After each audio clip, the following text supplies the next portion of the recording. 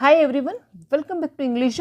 आज की इस वीडियो में मैं बताने वाली हूँ नीड के एडवांस इंग्लिश स्ट्रक्चर्स, नीड के डिफरेंट टाइप ऑफ यूजेस बताने वाली। पहला यूज़ है हम इसको नीड को मेन वर्ब के रूप में यूज़ करते हैं और सेकेंड है इसका हम यूज़ करते हैं मॉडल वर्ब के रूप में।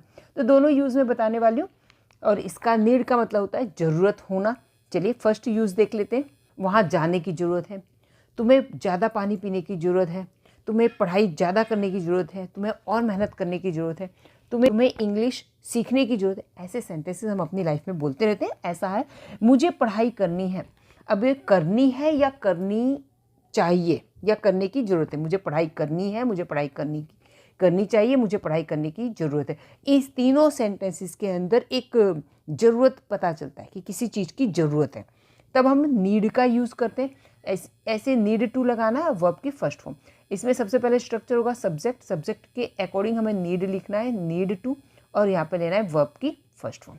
क्लियर होगी बात? मुझे पढ़ाई करनी है तो यहाँ पे लिखेंगे I need to study, I need to study, मुझे पढ़ाई करनी है। ठीक है। तुम्हें एक्सरसाइज करने की ज़रूरत है, क्या बनाएंगे? You need to do exercise, to do exercise, तुम्हें एक्सरसाइज करने की ज़रूरत है। इस सेंटेंस को हम ऐसे भी कर सकते हैं, यू नीड टू एक्सरसाइज। इस तरह के सेंटेंसेस में ये तो वर्ब है, यहाँ पे दूसरा वर्ब, पहला वर्ब ये है, दूसरा वर्ब ये, इस तरह से दो वर्ब आते हैं। तुम्हें माफ़ी मांगने की ज़रूरत, ये आपको कमेंट में करना है। माफ़ी मांगने को कहते हैं अपोलोगाइज। ठीक है, आप बनाएंगे। अगला यूज़ हम सेकेंड यूज़ देख लेते हैं। ये है नीड प्लस ऑब्जेक्ट टू और वर्ब की फर्स्ट फॉर्म। यहाँ पे हमें पहले वाले में हमने देखा था हमें कोई काम करने की ज़रूरत है। इस तरह के स्ट्रक्चर में हम चाहते हैं कोई काम करे, किसी को कोई काम करने की ज़रूरत है। ठीक है ना? किसी और को कुछ करने की ज़रूरत है। मुझे तुम्हारी मदद चाहिए या तुम्हें मेरी मदद करनी चाहिए। इस तरह से मुझे तुम्हारी मदद चाहिए, इसका मतलब हुआ I need you to help me. तो स्ट्रक्चर भी इसी तरह से, पहले हमने ले लिया सब्जेक्ट और सब्जेक्ट के अकॉर्डिंग हमने क्या लिया? नीड लिया। ठीक है, और ये ऑब्जेक्ट आ जाएगा। ये क्या ऑब्जेक्ट है, तो यहाँ पे ये क्या आ गया? ऑब्जेक्ट आ गया, और उसके बाद टू वाला वर्ब का फर्स्ट फॉर्म। ठीक है, मी आएगा यहाँ पर, sorry, I need you to help me, मैं चाहती हूँ कि तुम मेरी मदद करो। आई नीड यू, मुझे तुम्हारी ज़रूरत है कि तुम मुझे मदद करो, इस वे में। ठीक है, हमें उसके यहाँ आने की ज़रूरत है, तो हमें के लिए वी नीड उसके लिए तो क्या लिखेंगे? We need her to come here, we need. ठीक है, हम चाहते हैं कि वो यहाँ पे आए, तो वी नीड, हमें ज़रूरत है। ठीक है, किसकी? हर, उसकी। किस लिए? टू कम हियर, यहाँ हमें ज़रूरत है कि वो यहाँ आए। ठीक है, हमें उसके यहाँ आने की ज़रूरत है, ये सेंस हुआ। क्लियर हो गया? चलिए, जैसे ये मुझे तुम्हारी मदद चाहिए, तो मुझे तुम्हारी मदद चाहिए, तो I need you to help me. ऐसा आप इसको ऐसे भी लिख सकते हो, I need your help, I need your help, इस तरह से भी लिख सकते हैं। दोनों तरह के सेंटेंसेस सही है। अगर कहीं इस तरह का सेंटेंस आ जाए तो आप कंफ्यूज बिल्कुल भी नहीं होंगे। हम चाहते हैं कि कोई काम करे, हमें ज़रूरत है कि कोई व्यक्ति काम करे। तो हम देखते हैं इसका नीड का थर्ड स्ट्रक्चर। ये वाला स्ट्रक्चर पैसिव में है, इसमें कुछ किया जाना चाहिए। पैसिव का स्ट्रक्चर है, कोई काम किया जाना चाहिए या कोई काम के होने की ज़रूरत, कोई कार्य की किए जाने की ज़रूरत है। ठीक है, ये ज़्यादा समझ में आएगा। कार्य के किए जाने की ज़रूरत है या काम किया जाना चाहिए। काम करने वाले व्यक्ति का उल्लेख नहीं है इसमें। ठीक है, काम पर है, काम पर फोकस है। तो ऐसे में क्या होगा? सबसे पहले आएगा ऑब्जेक्ट, हमें लेना है। ऑब्जेक्ट के साथ हमें क्या लेना है? नीड लेना है। ठीक है, नीड के बाद हमें टू भी लगाना है और उसके बाद वर्ब की थर्ड फॉर्म। ठीक है, ये स्ट्रक्चर हो गया। तो सबसे पहले हमें क्या लेना है? ऑब्जेक्ट। तो ऑब्जेक्ट में हम क्या लेंगे? जैसे काम पूरा किया जाना चाहिए, तो काम पूरा करना क्या हो गया? कंप्लीट करना, पूरा यानी कंप्लीट करना। काम है, ये ऑब्जेक्ट हुआ, तो है ना, क्या लिखेंगे? Work need. ठीक है, वर्क नीड्स, नीड है ना इसमें, तो यहाँ पे ये इसके साथ हमें क्या लेना है? एस लगाना है। Work needs to be completed, work needs to be completed, काम पूरा किया जाना चाहिए या काम पूरे किए जाने की ज़रूरत है, कार्य को पूर्ण किए जाने की ज़रूरत है। हम हिंदी में इस तरह से भी बोल सकते हैं।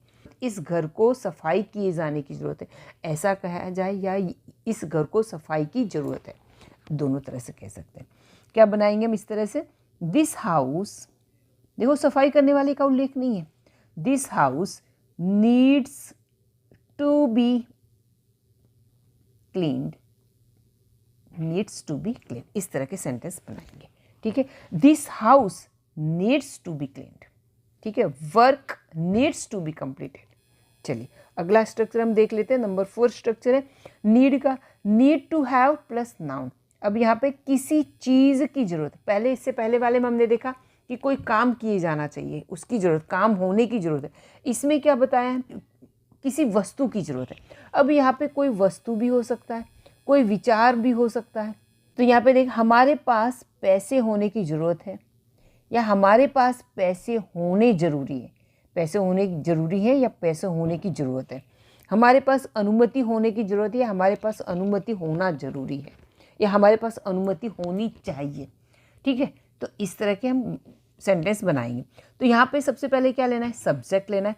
सब्जेक्ट के साथ हमें क्या लेना है, नीड लगाना है, और नीड के साथ यहाँ पे लगाना है टू हैव प्लस यहाँ पे नाउन, यहाँ पे वो वस्तु आ जाएगी जिसकी हमें ज़रूरत है।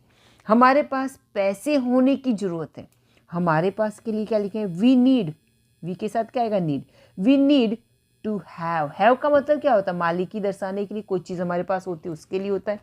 We need to have money, we need to have money, हमारे पास अनुमति होने की ज़रूरत है या हमारे पास अनुमति होना ज़रूरी है, दोनों का इंग्लिश ऐसे ही बनेंगे। दे नीड, हमारे पास लिखा है ना, तो हम यहाँ पे लिखेंगे we need to have permission. अब जैसे यहाँ पे मैंने लिखा है परमिशन, परमिशन की जगह आप कुछ भी हो सके, यहाँ मनी लिखा है, मनी की जगह मैं चाहूँ तो लैपटॉप लिख सकते हो, हमारे पास लैपटॉप होने की ज़रूरत है। यहाँ पे परमिशन की जगह में मोर आइडियाज़ होने चाहिए, मोर आइडियाज़, हमारे पास और ज़्यादा आइडियाज़ होने की ज़रूरत है ना, इस तरह से। तो जब भी कुछ है सब्जेक्ट लेना है, यहाँ पे क्या लेंगे, सब्जेक्ट लेंगे, सब्जेक्ट के अकॉर्डिंग हमें क्या लेना है, नीड लेना है, टू हैव, और यहाँ पे कोई भी वस्तु, जो वस्तु है उसका नाम लिखेंगे। चलिए बढ़ते हैं आगे। यहाँ पे आपको देखना है नंबर 5 स्ट्रक्चर है, तो अभी देखते हैं 5 स्ट्रक्चर। अब यहाँ पे क्या है कि किसी को कुछ स्थिति या व्यवहार में होना जरूरी, तो कोई व्यक्ति का कुछ होना, पहले वाले में था व्यक्ति के पास कुछ होना चाहिए, लेकिन यहाँ पर है कि किसी व्यक्ति को कुछ होना चाहिए, यानी तुम तो बहुत अच्छा गाते हो तो तुम्हें तो सिंगर होना चाहिए, या तुम्हें सिंगर होने की ज़रूरत है। ठीक है, तुम्हें शांत रहने की ज़रूरत है, ठीक है, तुम्हें बहादुर होने की ज़रूरत है, तुम्हें और ज़्यादा कॉन्फिडेंट होने की ज़रूरत है, तुम्हें स्मार्ट होने की ज़रूरत, तुम्हें सुंदर होने की ज़रूरत, इस तरह से हम बोलते हैं। तुम्हें शांत रहना चाहिए या होना चाहिए, तुम्हें शांत होना चाहिए या शांत रहना चाहिए। तो सबसे पहले हम यहाँ पे लेते हैं सब्जेक्ट के अकॉर्डिंग नीड लिखेंगे, नीड या नीड्स आएगा, उसके अकॉर्डिंग लिखेंगे। यहाँ पे टू बी का रूप हमेशा सभी में आएगा, और यहाँ पे एडजेक्टिव अथवा तो नाउन लगाना है। चलिए, तुम्हें शांत रहना चाहिए, तो क्या लिखेंगे, यू नीड टू बी यानी होना बनना, यू नीड टू बी। अब क्या बनाना है, या एडजेक्टिव अथवा नाउन है, शांत के लिए क्या आएगा, काम। ठीक है, यू नीड टू बी काम। ऋतु को सुंदर होने की जरूरत है, उसकी सगाई टूट गई है, इसी वजह से तुम्हें तो सुंदर होने की ज़रूरत है। तुम कुछ भी करो, ब्यूटी पार्लर जाओ, कुछ भी, तुम्हें सुंदर होने की ज़रूरत है। ठीक है, नहीं तो ऐसे ही होता रहेगा। तो क्या बना है, ये जस्ट एक एग्जाम्पल है, मैं जस्ट एक एग्जाम्पल समझाने के लिए ये सब एग्जाम्पल ले रही हूँ। ठीक है, सेंटेंस क्या हमारा बनेगा, हम सेंटेंस बनाएंगे ऋतु नीड्स। अब यहाँ पे हम नीड्स लगाएंगे, ठीक है, ऋतु के साथ, थर्ड पर्सन सिंगुलर है इसलिए मैं यहाँ पे एस लगाएंगे। ऋतु नीड्स टू बी यानी बनना, Ritu needs to be beautiful. क्या बनाएंगे, ब्यूटीफुल का मतलब सुंदर, यह है adjective. Ritu needs to be beautiful, मुझे और आत्मविश्वासु होना चाहिए या होने की ज़रूरत है। इसको हम कैसे बने, आत्मविश्वासु को इंग्लिश में कहते हैं कॉन्फिडेंट, और आत्मविश्वासु यानी मोर कॉन्फिडेंट। ठीक है, आपको ये कमेंट में करना है। ठीक है, मुझे के लिए आई यूज़ करेंगे। चलिए अभी अगला स्ट्रक्चर देख लेते हैं। उस समय कोई काम करते रहना जरूरी है ना, इसका ये मीनिंग, जैसे मैं कहती हूँ ना, मुझे वहाँ जाते रहना चाहिए, मुझे वहाँ जाते रहना चाहिए, या मुझे वहाँ जाते रहने की ज़रूरत है। ऐसे मुझे जाना आना बंद नहीं कर देना चाहिए, मुझे वहाँ जाते आते रहना चाहिए। तुम्हें क्रिकेट खेलते रहना चाहिए, ठीक है, तुम्हें खेलते रहने की ज़रूरत है, तुम्हें खेलते रहना चाहिए। तुम्हें नौकरी करते रहना चाहिए अथवा तुम्हें नौकरी करते रहने की ज़रूरत है।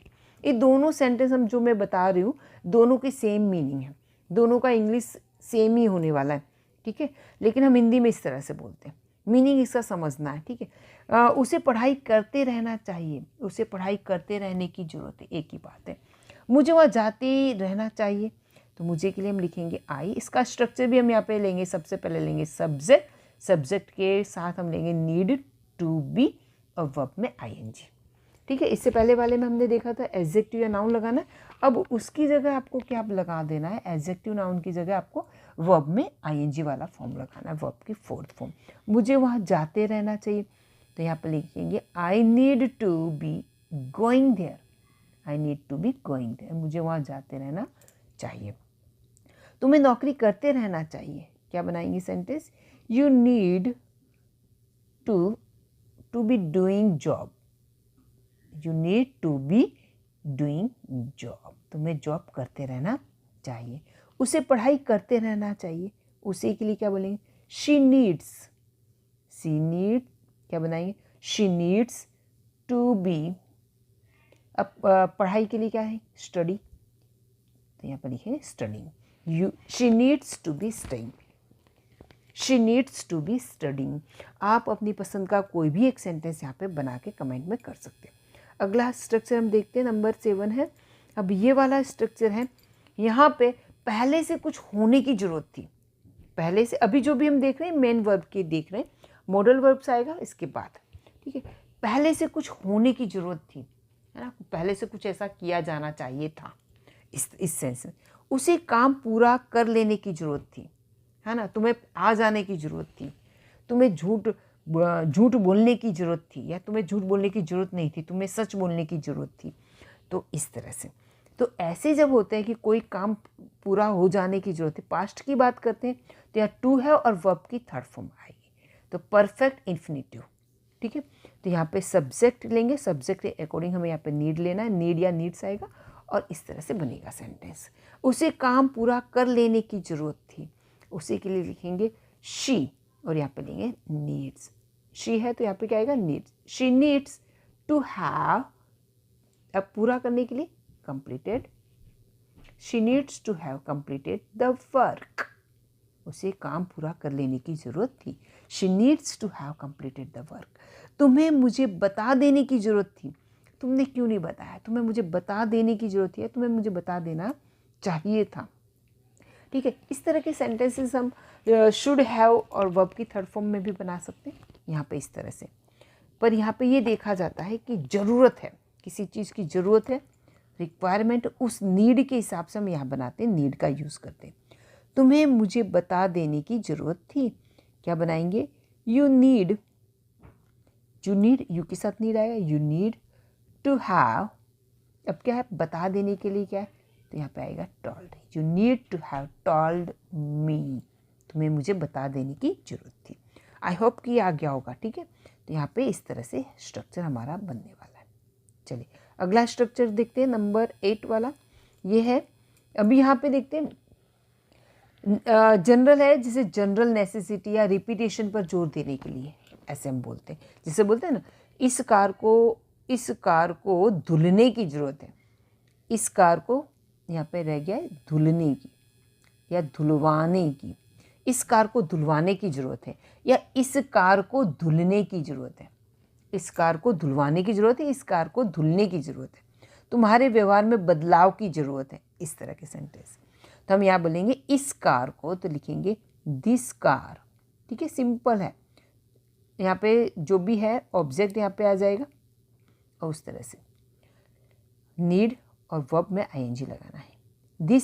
This car need, this car है तो यहाँ पर नीड्स आएगा, दिस कार नीड्स, अब क्या करना है, इस कार को क्या, जो ये कार को क्या ज़रूरत है, तो धुलवाने के लिए क्या आएंगे, washing, this car needs washing, this car needs washing, ये इस कार को वॉशिंग की ज़रूरत है। तुम्हारे व्यवहार में बदलाव की ज़रूरत है। तुम्हारे व्यवहार को किसकी ज़रूरत है? बदलाव की। ठीक है, लिखेंगे योर एटीट्यूड, योर एटीट्यूड, बदलाव, योर एटीट्यूड नीड्स, क्या बोले? Changing, your attitude needs changing. तो यहाँ पे वर्ब की फोर्थ फॉर्म इस तरह से आएगी। ठीक है, चलिए अब अगला स्ट्रक्चर हम देख लेते हैं, नंबर 9।